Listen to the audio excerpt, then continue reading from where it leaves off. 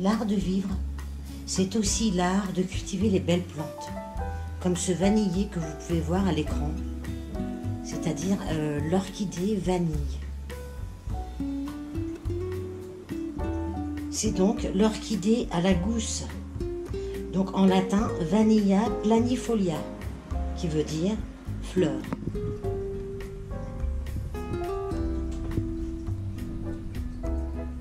Je vous dirai en fin de vidéo le nom de la meilleure vanille, avec un goût exquis.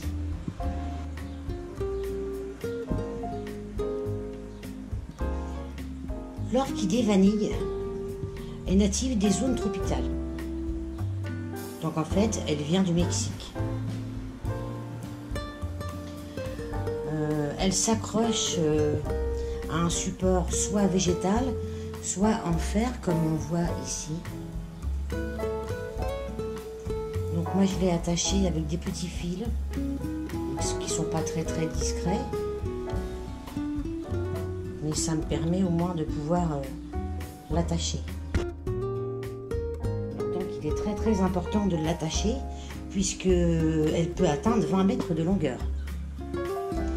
Donc comme vous pouvez voir, ces feuilles sont ovales, très épaisses et très luisantes.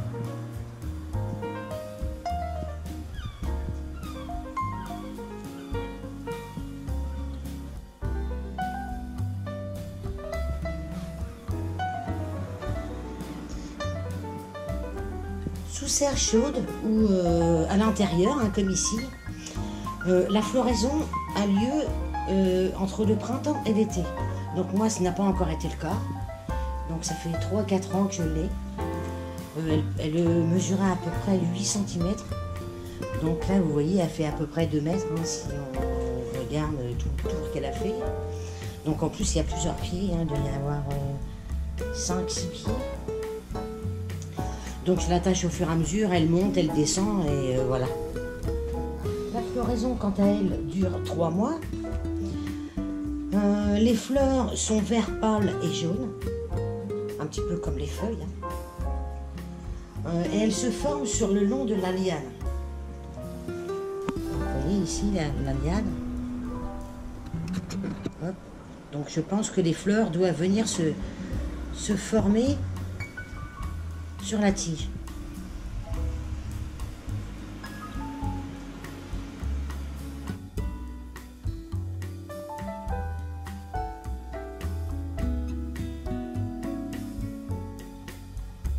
Et elle peut fournir entre 40 et 100 fleurs par pied. Donc ce qui est quand même pas mal. Si ça fonctionne, c'est pas mal. Donc les fleurs, elles, sont légèrement parfumées, mais bon, c'est pas encore l'odeur de la vanille. Donc ensuite, il faudra attendre 3 mois hein, pour polliniser les fleurs. On aura 3 mois pour le faire et qui donnera des gousses de vanille. Donc c'est un travail assez délicat et très minutieux. Je l'ai déjà fait, bon c'est pas impossible. Hein.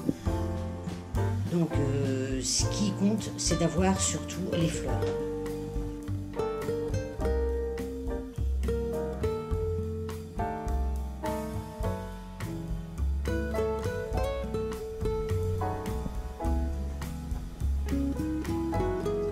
Parce que ce qu'il faut savoir, c'est qu'au Mexique, hein, son pays d'origine, il y a une petite abeille en fait endémique qui se charge du travail.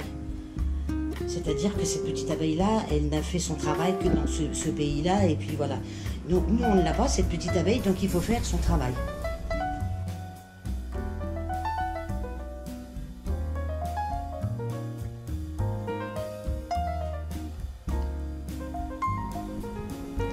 Je me suis aperçue que là, je l'ai cassé sans faire exprès.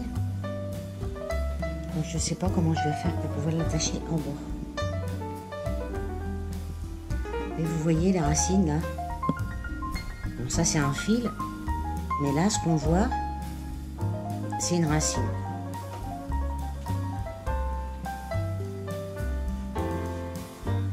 Donc en fait, elle se multiplie par bouturage, pas par semis. Par semis, c'est trop complexe. Mais en fait, voilà, les racines, suffit juste de les planter dans le substrat exprès pour l'orchidée.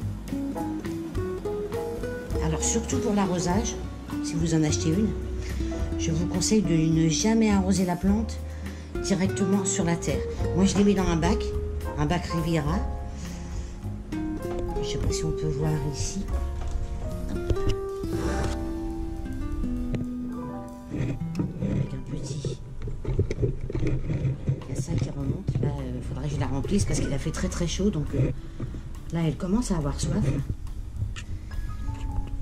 Et j'évite d'arroser par le dessus parce que c'est là qu'elle risquerait de mourir. J'avais déjà essayé et puis j'en ai perdu 2 ou 3 plus comme ça. Donc je ne le referai plus jamais. Donc je remplis par ce petit récipient.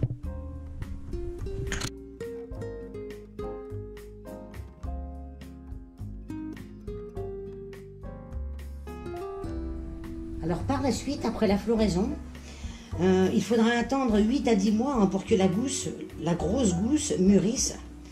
Et lorsqu'elle commence à devenir jaune, juste avant la maturité, il faudra l'accueillir et la préparer. Donc c'est quand même assez complexe. Ça passe par plusieurs techniques pour pouvoir la conserver par la suite. Mais bon, on n'en est pas là pour l'instant. Si jamais je réussis, si jamais j'ai des fleurs, je referai une vidéo. Et je me ferai le plaisir de vous refaire une vidéo et de vous montrer comment est-ce que je fais. Parce que oui, j'aimerais bien.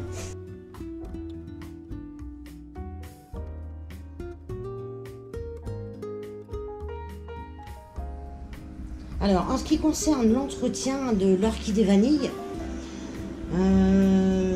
je ne vais pas vous mentir, il est possible de la cultiver, la preuve en est, j'en ai une.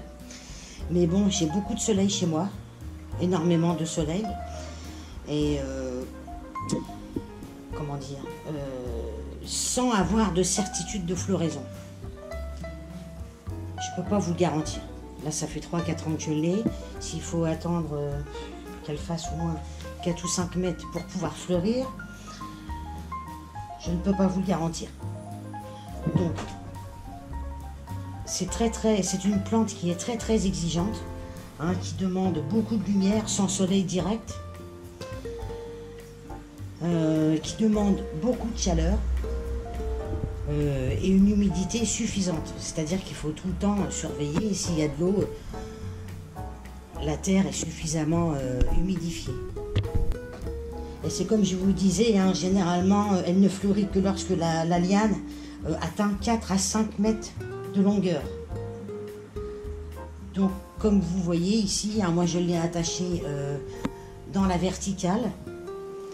Mais en fait, il est possible de pouvoir l'attacher à l'horizontale. Ça dépend, on fait comme on veut.